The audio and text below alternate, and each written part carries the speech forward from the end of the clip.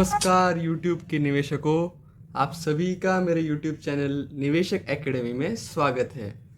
जैसे कि हमने पहले देखा था बैंक अकाउंट कितने प्रकार के होते हैं, करंट अकाउंट, सेविंग अकाउंट और डीमैट अकाउंट, ऐसे बहुत सारे हमने पहले टाइप्स देखे थे, प्रकार देखे थे बैंक अकाउंट के। आज हम देखने वाले हैं पोस्ट ऑफिस द्वारा दिया जाने वाला post office savings bank account. आज का वीडियो हमारा टॉपिक है पोस्ट ऑफिस का सेविंग्स अकाउंट। तो चलिए देखते हैं इसके फीचर्स क्या होते हैं। जैसे आपको तो पता है पोस्ट ऑफिस जो हम लेटर रिसीव करने के लिए या किसी को भेजने के लिए यूज़ करते हैं। आप सभी को अपने एरिया का पोस्ट ऑफिस तो ज़रूर पता होगा, लेकिन आजकल वो लेटर्स व्हाट्सएप पे रिप्लेस हो गए हैं, लेटर्स ईमेल से रिप्लेस हो गए हैं। लेकिन फिर भी ये एक गवर्नमेंट लैंडमार्क, एक जगह का गवर्नमेंट लैंडमार्क हर प्लेस, सिटी, टाउन में होता ही है। तो चलिए हम फीचर्स देखते हैं। जो पोस्ट ऑफिस पहले लेटर्स के लिए यूज़ होता था, आज वो मनी, पैसे के लेन देन के लिए उसका कन्वर्जन किया गया है। तो जैसे कि मैं बता रहा था, ये पोस्ट ऑफिस द्वारा दिया गया सेविंग्स बैंक अकाउंट है। और हर सेविंग्स बैंक अकाउंट में, जैसे कि हमने पिछले वीडियो में भी देखा था, कि हमें इंटरेस्ट मिलता है कि जो भी पैसे हमने रखे हैं उस पर ब्याज मिलता है। कि उस पर अगर हमने 100 रुपये रखे हैं तो 3%, 4%, कुछ ना कुछ इंटरेस्ट रेट के हिसाब से उस पर हमारे बढ़ के आते हैं। तो चलिए फीचर्स देखते हैं। आप कोई भी बैंक अकाउंट खोलने जाए तो आपको बहुत सारे साइन, ये आपको आदत होगी ही। तो देखते हैं कि आखिर क्या क्या डॉक्यूमेंट्स लगते हैं और अकाउंट ये कौन खोल सकता है, क्या क्या रिक्वायरमेंट होते हैं, ताकि आपको कोई मतलब आपकी सुविधा हो और आपको कोई तकलीफ ना हो अकाउंट खुलवाते टाइम। तो ये अकाउंट कौन खोल सकता है? कोई भी एक सिंगल, मतलब कोई भी एक 18+ इंडिविजुअल खोल सकता है। अगर आपको दो जनों को मिलके खोलना है तो उसी को हम जॉइंट अकाउंट कहते हैं। और अगर आपकी उम्र 18 से कम है, उसी को हम माइनर कहा जाता है। तो माइनर अकाउंट के लिए आपको आपके बिहाफ पे किसी 18+ इंडिविजुअल का आपका साइन लगता है, उसी को हम गार्डियन कहते हैं। कि माइनर पे पूरी रिस्पॉन्सिबिलिटी नहीं रखते हुए, जो भी माइनर समझो कोई बच्चा है तो उसके माता या पिता एक गार्डियन वो अकाउंट में बनते हैं। तो ये एक बेसिक रिक्वायरमेंट है, आप इंडियन सिटीज़न होना चाहिए क्योंकि गवर्नमेंट का है। और जैसे कि हम अकाउंट फॉर्म भरते टाइम एक नॉमिनेशन की फैसिलिटी होती है। नॉमिनेशन मतलब अगर आपकी कभी डेथ हो जाए तो आपका अकाउंट का होल्डर कौन रहेगा, तो आप जिसी को भी नॉमिनेशन बनाते हो वो अकाउंट का कंट्रोल ले सकता है। अगर बाय चांस आपकी कभी एक्सीडेंट या कभी कुछ डेथ हो गई है तो एक अकाउंट खोलने के लिए आपको, ये आपने हमेशा सुना होगा केवाईसी। तो आखिर ये केवाईसी होता क्या है? केवाईसी का अर्थ होता है नो, वाई से होता है यूअर, सी से होता है नो यूअर कस्टमर, कि आपको अपने कस्टमर की पूरी जानकारी चाहिए। तो ये हम यूजुअली कौन से डॉक्यूमेंट से देते हैं? Aadhaar card, PAN card, address proof, एक पासपोर्ट साइज फ़ोटो, ये सब एक मिनिमम डॉक्यूमेंट्स आपको लगते हैं अगर आपको savings bank account post office में खुलाना है। अगर आप अकाउंट खुला रहे हो तो ये कैसे कि ये एक मिडल मैन और गवर्नमेंट का टारगेट है कि सब जो मिनिमम और एकदम जो मिनिमम लेवल पे आते हैं पिरामिड के, वो उन सभी को बैंकिंग ट्रांजैक्शन से जोड़ा जाए। इसीलिए आप देखेंगे कि इसमें मिनिमम अमाउंट डिपॉजिट सिर्फ 500 से ही आपका अपना अकाउंट खोल सकते हो। और इसके बाद आप 10 रुपये करके भी डाल सकते हो, मतलब 120, 30 रुपये, 20 रुपये ऐसे भी डाल सकते हो आप 500 के ऊपर। और मिनिमम विड्रॉल अमाउंट भी सिर्फ 50 है, मतलब आपको सिर्फ 50 रुपीज़, कम से कम 50 रुपये भी कोई अकाउंट से निकालते आता है। इतनी अच्छी सुविधा दे रहा है ये। मैक्सिमम डिपॉजिट लिमिट, मैक्सिमम आप कोई लिमिट नहीं है, आप कितने भी डाल सकते हो। अगर आपका केवाईसी हुआ है, सब डॉक्यूमेंट्स आपके अपलोडेड है, पैन कार्ड अटैच है, तो आप कितने भी अमाउंट डाल सकते हो।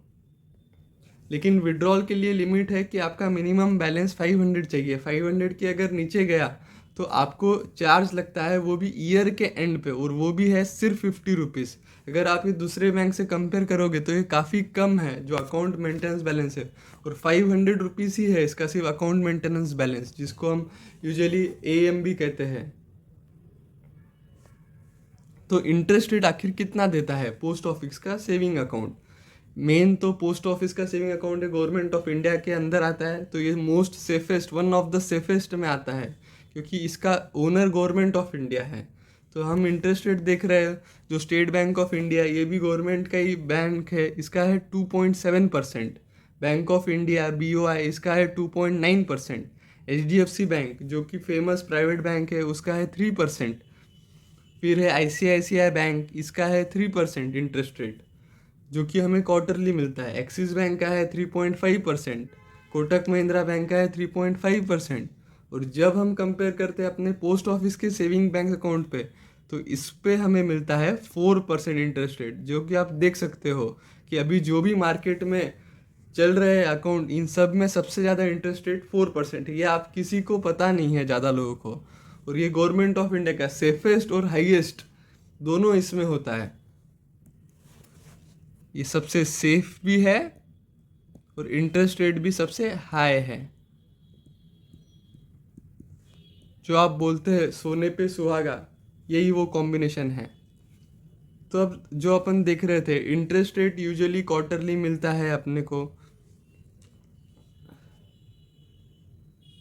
और इंटरेस्ट रेट जो गवर्नमेंट ऑफ इंडिया का बता रहा था, तो गवर्नमेंट ऑफ इंडिया में भी ये अकाउंट आता है, मिनिस्ट्री ऑफ फाइनेंस ये सब हैंडल करती है कि इंटरेस्ट रेट कभी चेंज हो, कुछ ज़्यादा हो, तो ये मिनिस्ट्री ऑफ फाइनेंस हैंडल करती है। और एक चीज़ जो गवर्नमेंट ऑफ इंडिया देती है हमको, इनकम टैक्स में भी छूट देती है। कैसे? अगर आपने अकाउंट में समझो आपके पास है 100 रुपये अपने अकाउंट में रखे हैं साल भर, तो 100 रुपये पे आपको साल के बाद मिलेंगे 4 रुपीज़ इंटरेस्ट। और वही अगर आपके पास है 1 लाख रुपीज़ जो आपने रखे हैं अकाउंट में, तो आपको इंटरेस्ट मिलेगा ईयर एंड पे 4,000 आपको इंटरेस्ट में मिलेगा, सिर्फ आपने पैसे रखे बोल के। तो आप 4,000 पे इनकम टैक्स, अगर आपका इंटरेस्ट 10,000 के अंदर है तो आपको वो इनकम टैक्स से फ्री होता है। मतलब आपको इस 4,000 पे कोई टैक्स नहीं भरना है। जब तक आपका इंटरेस्ट रेट, जब तक आपका टोटल इंटरेस्ट का अमाउंट 10,000 तक है, तो आपको गवर्नमेंट ऑफ इंडिया छूट देती है इनकम टैक्स में, कि आपको इस इनकम पे कोई टैक्स नहीं भरना होता है। अगर आपके डॉक्यूमेंट्स अपलोडेड नहीं है और अगर आपने कोई ट्रांजैक्शन नहीं किया है, तो अकाउंट डॉर्मेंट हो जाता है। डॉर्मेंट का मतलब ही होता है कि साइलेंट कर देते हैं, कि मतलब वो ट्रांजैक्शन एक्टिव नहीं है, तो उसका ओनर नहीं है बोल के कोई फ्रॉडुलेंट ट्रांजैक्शन प्रिवेंट करने के लिए उसे रोक दिया जाता है अकाउंट को। इसलिए कहा जाता है कि आप अपने अकाउंट को रेगुलर टाइम इंटरवल में कुछ ना कुछ ट्रांजैक्शन करते रहिए। पोस्ट ऑफिस सेविंग अकाउंट खुलता कहाँ है पे, जो मैंने बता रहा था, पोस्ट ऑफिस में ही अकाउंट खुलता है। जो पहले पोस्ट ऑफिस सिर्फ लेटर्स के लिए, कुरियर के लिए, पार्सल के लिए यूज़ किया जाता था, गवर्नमेंट ऑफ इंडिया ने उसी को ट्रांसफॉर्म करके बैंकिंग इंस्टीट्यूशन बना दिया है। तो उसमें अब आप मनी ट्रांजैक्शंस कर सकते हो। आपके एरिया में जो भी नज़दीक का ऑफिस है, आप वहाँ जाके ये सुविधा ले सकते हो। तो अब ये बैंक अकाउंट खोलने का मेन फ़ायदा क्या होता है, तो अपने को क्या क्या एडिशनल सर्विसेज मिलती है, अपन वो देखते हैं।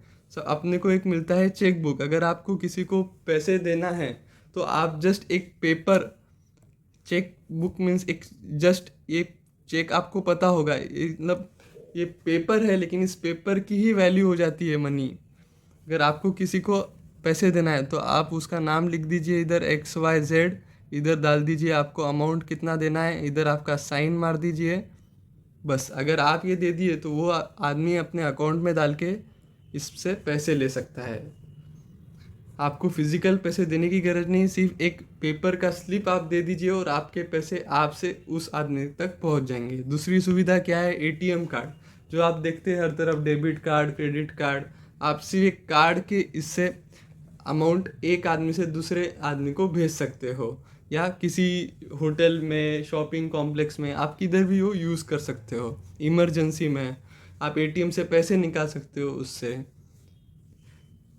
तीसरा है मोबाइल बैंकिंग, इंटरनेट बैंकिंग, ई बैंकिंग। अभी ज़माना इसका ही है, अभी सभी को हर चीज़ ऑनलाइन हो गई है, तो आप ऑनलाइन ट्रांजैक्शन के लिए बैंक अकाउंट होना सबसे ज़्यादा अनिवार्य होता है। तो वो हमें मिलता है, कोई भी सेविंग्स अकाउंट पे मिल जाता है। तो वही अपने को feature post office savings account में भी मिलता है। मैंने इस सेविंग्स अकाउंट के बेनिफिट क्या होते हैं, करंट अकाउंट क्या होता है, इस पर एक मेरा अलग से वीडियो बनाया हुआ है, मैं वो उसका लिंक मेरे डिस्क्रिप्शन में रखता हूँ, आप वो भी ज़रूर देखना। चौथा क्या है कि आधार आपका लिंक हो जाता है, जो कि अभी आधार लिंकिंग बताया जा रहा है कि आप हर अकाउंट को आधार लिंक कीजिए, आपका KYC।